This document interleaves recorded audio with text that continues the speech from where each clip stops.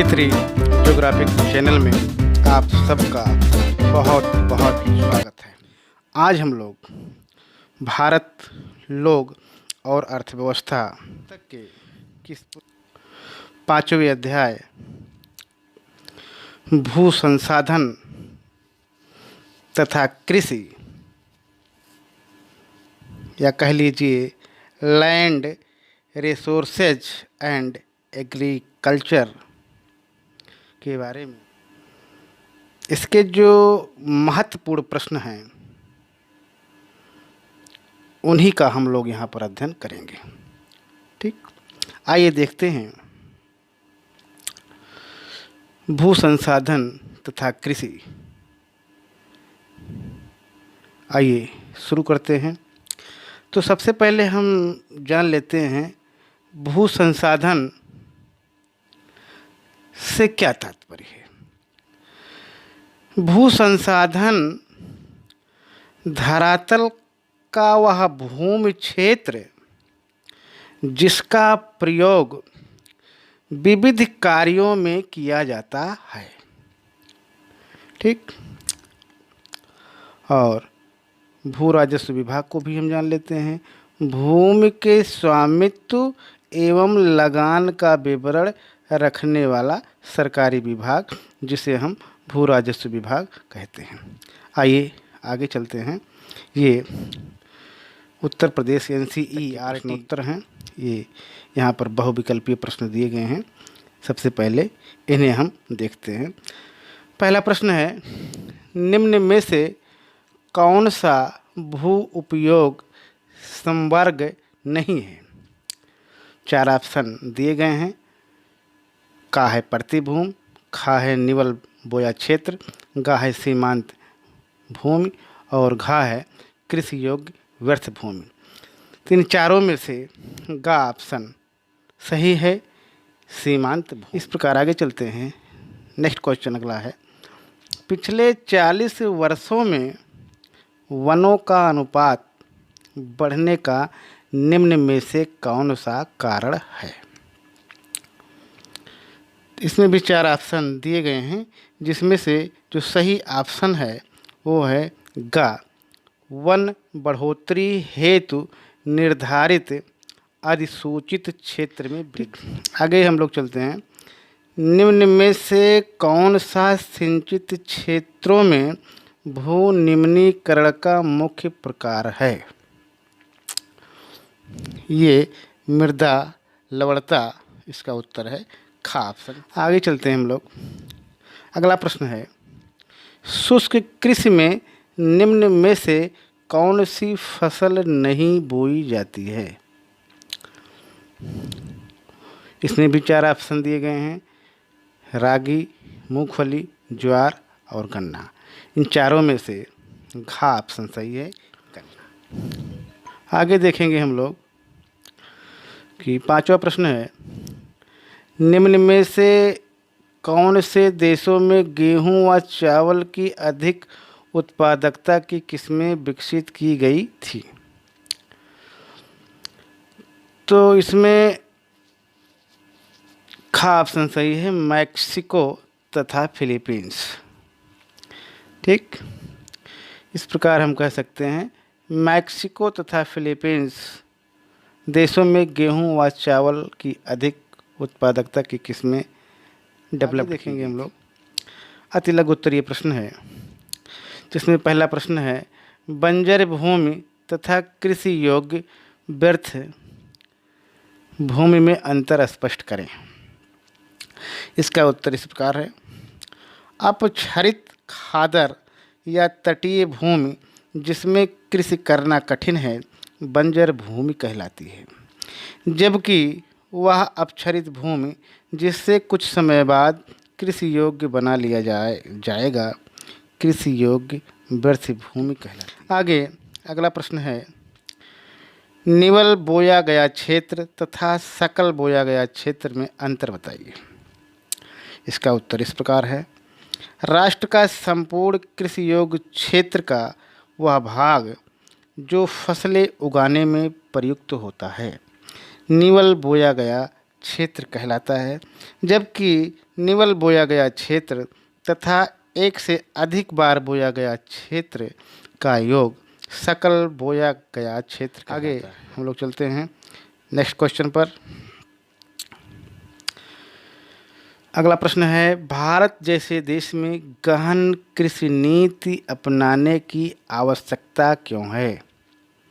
इसका उत्तर देखिए, भारत के 136 करोड़ लोगों को भोजन, वस्त्र, आवास तथा रोजगार देने के लिए यहाँ अधिक उत्पादन पाने के लिए गहन कृषि नीति अपनाने की नितांत आवश्यकता है। आगे देखेंगे हम लोग, चौथा प्रश्न है, शुष्क कृषि तथा आर्द्र कृषि में क्या अंतर है? इसको इस प्रकार समझ सकते हैं कि 75 सेंटीमीटर से कम वर्षा वाले भागों में की जाने वाली कृषि शुष्क कृषि तथा इससे अधिक वर्षा वाले भागों में अधिक पानी चाहने वाली फसलों की खेती करना आर्द्र कृषि कहलाता है। आगे हम देखेंगे, अगला प्रश्न है, लघु उत्तरीय प्रश्न है, 150 शब्दों में लिखना होता है। जिसमें पहला प्रश्न है, भारत में भू संसाधनों की विभिन्न प्रकार की पर्यावरणीय समस्याएं कौन सी हैं? उनका निदान कैसे किया जाए? आइए देखते हैं। इसका उत्तर इस प्रकार है, भारत में भू संसाधन की पर्यावरणीय समस्याएं, जिसमें भारत में भू संसाधन अनेक समस्याओं से ग्रसित है और भू संसाधन की पर्यावरणीय समस्याएं इस प्रकार है, जिसमें पहला है भूक्षरण अपरदन की समस्या, या कह लीजिए भूक्षरण की समस्या, या कह लीजिए अपरदन की समस्या। तो भारत में दक्षिण पश्चिमी मानसून पवनों से तीव्र बौछारों के रूप में वर्षा होने से कृषि भूमि की ऊपरी और मुलायम परत क्षय होकर बह जाती है, जिससे भूमि में नाली पड़ने से वह कृषि कार्य करने के लिए व्यर्थ हो जाती है। पवन भी भूक्षरण में योग देकर उसके लिए समस्या खड़ी कर देती है। आगे है जल भराव की समस्या। इसमें देखेंगे कि कृषि भूमि के निम्न क्षेत्रों में गहराई होने के कारण वर्षा का जल तथा सिंचाई का जल एकत्र हो जाता है और इस प्रकार से जल भराव की समस्या से दलदल उत्पन्न हो जाने से लंबे समय तक कृषि कार्य बाधित रहता है। और अगला पॉइंट है लवणीकरण की समस्या। इसमें देखेंगे कि कृषि भूमि में जलभराव तथा अधिक सिंचाई करने से भूमि पर लवण की परत जम जाती है। लवणीकरण के कारण कृषि भूमि में फसलें उगाना कठिन हो जाता है। इस प्रकार चौथा पॉइंट है सूखा और बाढ़ की समस्या। भारत की मानसूनी वर्षा देश में कहीं सूखा आपदा लाकर कृषि करने में कठिनाई पैदा करती है तथा लहलहाती फसलों को नष्ट कर देती है, जबकि अधिक वर्षा वाले क्षेत्रों में बाढ़ें कृषि कार्य में बाधा डालती हैं तथा खड़ी फसलों को तहस नहस। आइए देखते हैं, अगला प्रश्न है लघु उत्तरीय में, वो इस प्रकार है, भारत में स्वतंत्रता प्राप्ति के पश्चात कृषि विकास की महत्वपूर्ण नीतियों का वर्णन करें। तो इसका उत्तर इस प्रकार है, भारत में स्वतंत्रता प्राप्ति के पश्चात कृषि विकास की महत्वपूर्ण नीतियां, जिसमें पहला है व्यापारिक फसलों की जगह खाद्यान्नों के उत्पादन पर ध्यान देना। नेक्स्ट है कृषि गहनता को बढ़ाना। नेक्स्ट है कृषि योग्य बंजर तथा परती भूमि को कृषि भूमि में। अगला पॉइंट है कृषि उत्पादन बढ़ाने के लिए गहन कृषि जिला कार्यक्रम IADP तथा गहन कृषि क्षेत्र कार्यक्रम IAAP लागू करना। अगला पॉइंट है अकाल से निपटने के लिए खाद्यान्नों का आयात करना। छठा प्रश्न है अधिक उपज देने वाले उन्नत HYP बीजों का प्रयोग करना। आगे देखेंगे हम लोग सिंचाई की बड़ी तथा लघु योजनाएं क्रियान्वित करना। आठवां है कृषि की नवीनतम प्रौद्योगिकी तथा कृषि अनुसंधानों पर बल देना। आगे है 9वां पॉइंट है रासायनिक उर्वरक, कीटनाशकों, कृषि यंत्रों तथा कृषि आधारित उद्योगों का विकास करना। और आखिरी पॉइंट है हरित क्रांति को अपनाकर अधिक अन्न उपजाने के लक्ष्य को पूरा। इस प्रकार से अब हम लोग आगे चलते हैं और आगे अन्य महत्वपूर्ण प्रश्न हैं जिसमें जो बहुविकल्पीय के रूप में हमारे इसमें पहला प्रश्न है भारत में निम्नलिखित में से कौन सा गेहूं का सबसे बड़ा उत्पादक राज्य है।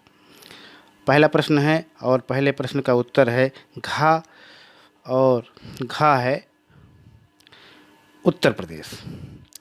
और इस प्रकार हम कह सकते हैं कि भारत में निम्नलिखित में से उत्तर प्रदेश गेहूं का सबसे बड़ा उत्पादक राज्य है। नेक्स्ट क्वेश्चन है निम्नलिखित में से कौन सा राज्य भारत में चावल का सबसे बड़ा उत्पादक राज्य है। दूसरा प्रश्न है, दूसरे प्रश्न का उत्तर घा दिया गया है और यह है पश्चिम बंगाल। इस प्रकार इसे कह सकते हैं कि निम्नलिखित में से पश्चिमी बंगाल राज्य भारत में चावल का सबसे बड़ा उत्पादक राज्य है। और तीसरा प्रश्न है भारत में जूट का उत्पादन सबसे अधिक कहाँ होता है। तो तीसरा प्रश्न है, तीसरे प्रश्न का उत्तर है गा दिया गया है।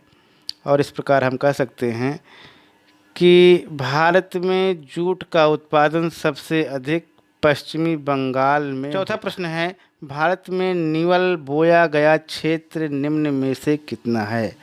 चौथा प्रश्न है, चौथे प्रश्न का उत्तर गा दिया है। और इस प्रकार से हम कह सकते हैं कि भारत में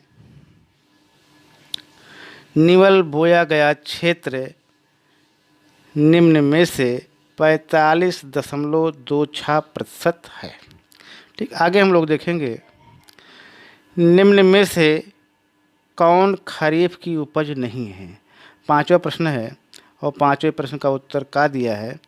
और इस प्रकार हम कह सकते हैं कि निम्न में से गेहूं खरीफ की उपज नहीं। आगे चलते हैं नेक्स्ट क्वेश्चन पर। छठा प्रश्न है एक खेत में एक वर्ष में उगाई जाने वाली फसलों के लिए निम्न में से कौन सा शब्द प्रयुक्त होता है। छठे प्रश्न है, छठे प्रश्न का उत्तर गा दिया गया है शस्य गहनता।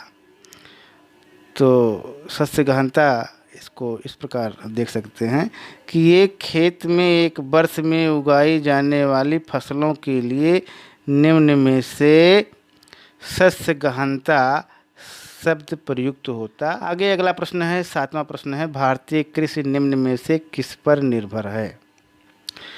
तो सातवें का उत्तर का दिया गया है वर्षा पर।